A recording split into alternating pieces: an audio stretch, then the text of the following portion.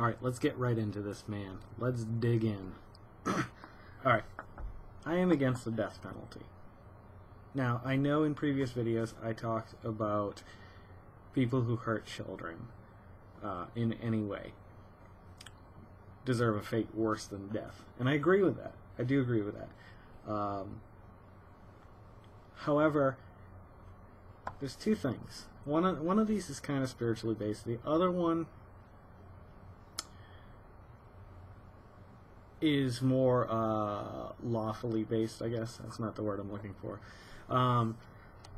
316 exonerations because of DNA. People have been released from prison who were serving life sentences or long-term sentences or death row sentences. I think only one on death row. But that's one that we know about for sure.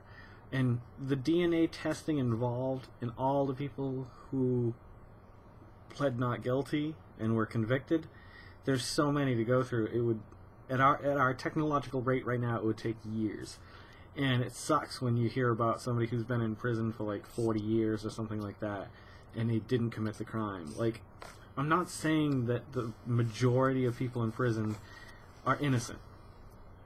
Majority of drug offenders are. I will say that. But the general populace, like, I'm sure that most people deserve to be there. But I also feel, now this is my first argument. First of all, well, science is the first argument.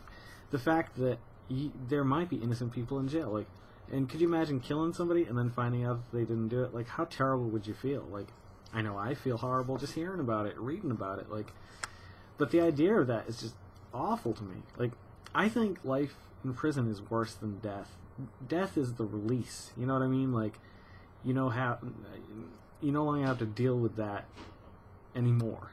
Like, being in prison's rough. I don't know. I imagine it's rough. I've never served any time down in the prisons here. Thank God. Whew. I'm gonna have to get some smaller glasses, Greg Autry. Hey, Pete. I saw that you subscribed, or maybe you changed your picture. I don't know. I thought you were one of the first subscribers, actually.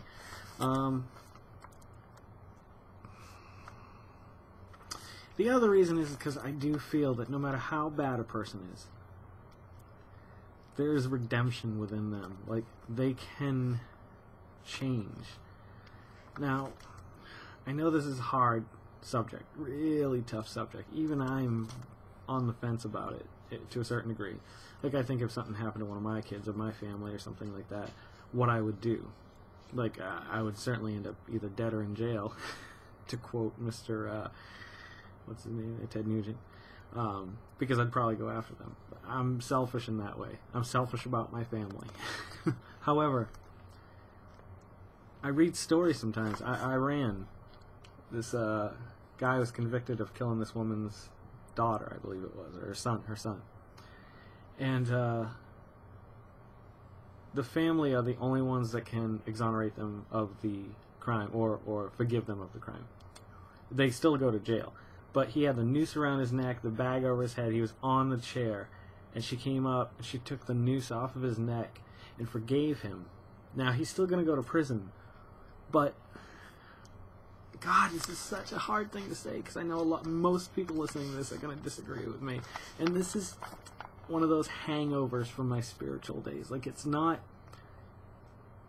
I don't know how to say this without just sounding terrible. Like, I think... I couldn't do it. I'm not strong enough of a person. But somebody who can do that is a better person than I. Like, I think that's a life-changing moment for everyone in that situation. You know what I mean? Like, I feel that. Like, empathy has always, like I've said, been one of my strong suits. Like, I can feel someone's anger or their pain or their sadness sometimes. I mean, not to the supernatural sense, but enough that I can't explain it, I guess. And I just think everyone, even when you were, you know, not you, not most of you watching this, even when they were, like, cheering that, you know, Saddam Hussein had, you know, been hung or something like that, I think, 'think, 'yeah, he wasn't a great guy. He probably never would have changed his ways, but 'cause I know a lot, most people listening to this are going to disagree with me. And this is one of those hangovers from my spiritual days. Like, it's not... I just think everyone, even when you were, you know, not you, not most of you watching this, even when they were, like, cheering that, you know, Saddam Hussein had, you know, been hung or something like that, I think, yeah, he wasn't a great guy. He probably never would have changed his ways, but what if he had? What if there was an opportunity? Like, I always thought about, I mean, I don't know how the country would have gone. I've thought about this a lot, because at the time, I was full-blown into church and religion and so on and so forth, and 9/11 popped off, and I remember thinking that day, and I'm sure a lot of people didn't think this at all, like, how much more of a powerful statement would it be to the world if George Bush had come out and forgiven Osama bin Laden? Like, I know most of you are going to be like, oh, you're crazy, why are you a traitor? But I'm not. Like, we're told to love everybody. I mean, by this cool guy, Jesus. I'm not saying he's, God. I'm not saying it. I can't say it. I just, there's too much evidence against it. However, his teachings are worth observing, I think. They're relatively peaceful. Like, he was a peaceful dude. Or, I would like to meet him. I'd like to meet that Jesus character. Where is he at? No. I'll have him on the show. Maybe the last episode. I'll see if I can get in touch with him.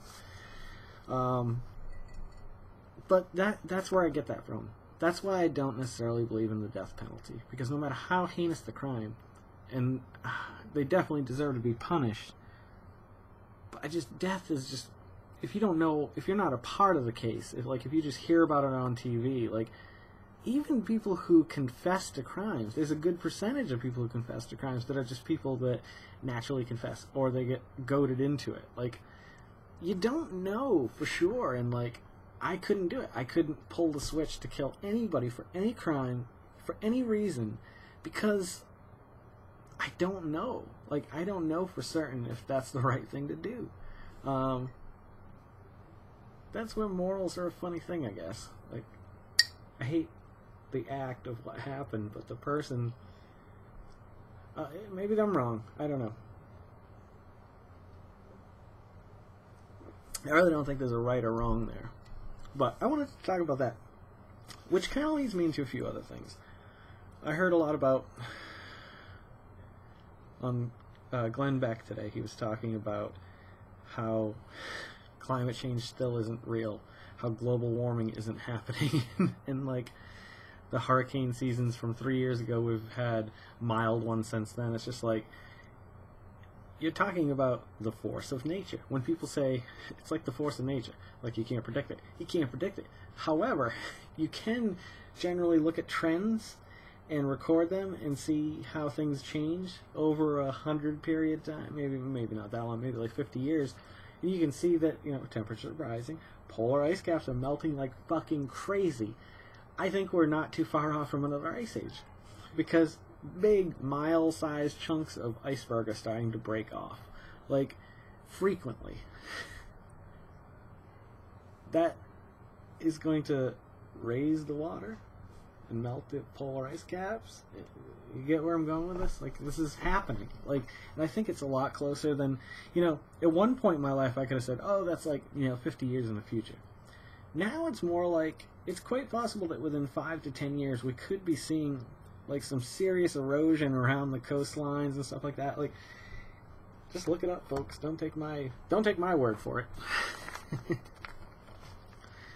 I found an awesome site. I've been going to the site for a while, but it always makes me feel better. Like, it at least confirms my beliefs most of the time. And when it doesn't, I'll admit when I'm wrong. It's called PolitiFact.com. PolitiFact. PolitiFact.com. You can go on there, and they have a rating scale. I was just on the Glenn Beck page, which it's awesome. Like, how he's even still on television or radio, I don't know. So there's, I wish I could find the opposite end of the spectrum, the green. Okay, it's like true, mostly true, half true, mostly false, false, pants on fire. And it's got flames. And if you look down, all the pants on fires are generally Republicans. Sarah Palin, she's a yikes. She's a, Laura Ingraham, let's say false. After the attack on the U.S. diplomatic mission in Benghazi, Libya, the ambassador's body was dragged through the streets. His body was carried by 2 Marines to try to get him back into the building. That never happened. That's a complete lie. This is why I'm talking. This is what I keep saying to people. And people whose minds are set in one way of believing will never, ever, ever accept that they're wrong. The idea to have government have gun owners wear special bracelets that would identify you as a gun owner. Says Attorney General Eric Holder, recently revealed. I thought that was Sarah Palin. I could be wrong. Nonetheless, you can just go down this list, and it's awesome. Yeah, check it out. Anywho, it's a great way to find, like, facts. Let's find another one. Radio. Climb back. Sam Sorbo on here, because she's just the worst of the worst. And she gets so emotional in her voice. And then she's so sarcastic that it's sarcastic. It's just like, it's painful to listen to. Like, it's so fake. Rush Limbaugh, he's another one that can take a hike. Jackass. Jackhole. Yeah, I guess that's all I got for you tonight. I thought these were going to go a little bit deeper, but, 11 minutes is nothing to shake a stick at. Or maybe it is something to shake a stick at. I don't know. Before we go, I'd like to read from the good book to you. Your mama is so fat, she's been declared a natural habitat for condors. Not your mama, because you guys are great. Your mama's great. Oh, there's a good one earlier. I was losing my religion. I have to go and check that one out. There was knock-knock jokes in here. I don't get this one. If somebody gets this, please let me in on it. I haven't read any more of these, but knock-knock. Come on, say it. Knock-knock. Knock-knock. Knock-knock. Knock-knock. Philip Glass. I don't know what that means. I have no idea what that means. That's because it's just a pretty good joke book.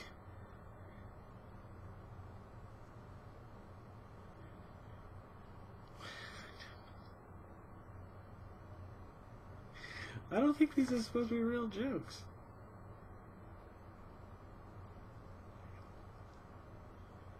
I don't know. Anywho, I'm sure it'll be fun. We'll pull out some good jokes, maybe some nice stories. Willie Nelson, the man, the myth, the legend. Free books are awesome. They're in the trash. I love free stuff. You ever see the word free and just be like, whoa, what's free? Whoa, hold on. What is fucking free? I need to have it. I have to own it. It doesn't matter what it is. If it says free, that's the first thought that runs through my head. Like, it's got to be something worth putting up a sign that says free about. Dirty diapers underneath it. I'm going to start doing that. Free! Dirty diapers. So people, because you get that reaction. I do. I don't know. Free's cool. I like free. Free is awesome. I just got a bunch of books. Would it cost me the amount of books I got? Probably $100, $200 maybe. You know? That's just awful, throwing books away. You should be ashamed if you throw books away. Donate them to the Salvation Army. Bring them to, like, nursing homes and, like, I don't think hospice, but, like, old folks' homes, nursing homes and stuff. Because they love that shit. They eat that shit up. People read to them. Those who can still read with glasses read. You know, it's awesome. And when they get new books, it's a big moment for them. You know? I don't know. It's a good thing to do. Let's start doing things like that. If you see something on the side of the road that's somebody could use, I don't know. Trash is funny. I remember I saw the other day, I was on my way to Walmart. There was this old, like, captain's chest. I was like, oh shit, that thing's cool. But the lid was broken off. And I kind of slowed down and I looked at it. It was a little rusty, but it was cool looking. I was like, I want that. I want to store something in that. I said, all right, I'll go get groceries and then on my way home I'll grab it. and it was gone by the time I got back. See, people take shit. It's fun. That's fun shit. I remember once. This is a fun story. This will be it for this video. I think I told you this before. If I did, just skip to the next one. This family from Rainham was moving, but they couldn't put the trash on their curb because it had to be in bags or something. So they were doing laundry at the laundromat next to my old house on Winthrop Street in Taunton. And they came over and asked if we could just leave the trash there because we didn't have any rules, regulations at the time. And so every week they'd bring 20 boxes just of stuff, just stuff like that. Like when you're a kid, like you're finding Smurfs, or you're finding those National Geographic cards about the animals, or like, I mean, there was never like food or coffee grounds or dirty diapers or anything like that. It was all just stuff. Like you'd open up a bag and maybe it'd be a stuffed animal, maybe it'd be a wedding dress. You never know. But there's always something in the bags. Like, to me, that's exciting. That's why I love like Raiders. Like the idea of being like an archaeologist, like Indiana Jones, is awesome. Like being a regular archaeologist, probably pretty boring until you find a major find, which probably is like once in a lifetime type thing. I don't know, maybe I'm wrong, but that's exciting for me, to explore a new room. Like I was talking about the other night, if I could live in an alternate universe, even if it was just, you know, like if I was given no choice, a gun to my head, and I could live in like the last man standing type scenario, like, or like very small population left on the planet. Like how weird would that be if like 99% of the planet just disappeared right now, and like tomorrow you're like, it's exciting and terrifying, and like, how weird would that be? I don't know. It'd be pretty weird though, I think. I don't know. Do I know? You know. Apparently you know. You know everything, bastard.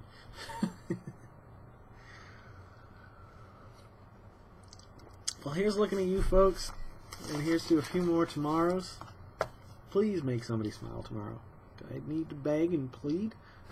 I'm sure you're all doing it. You guys have a great night, and so it's Wednesday. Yeah, I'll be back tomorrow night after I put the chillin' down. And until then, don't take the life. Don't take the life too serious, man. Don't take life too serious, man. Mon. Alright. Peace out, homies.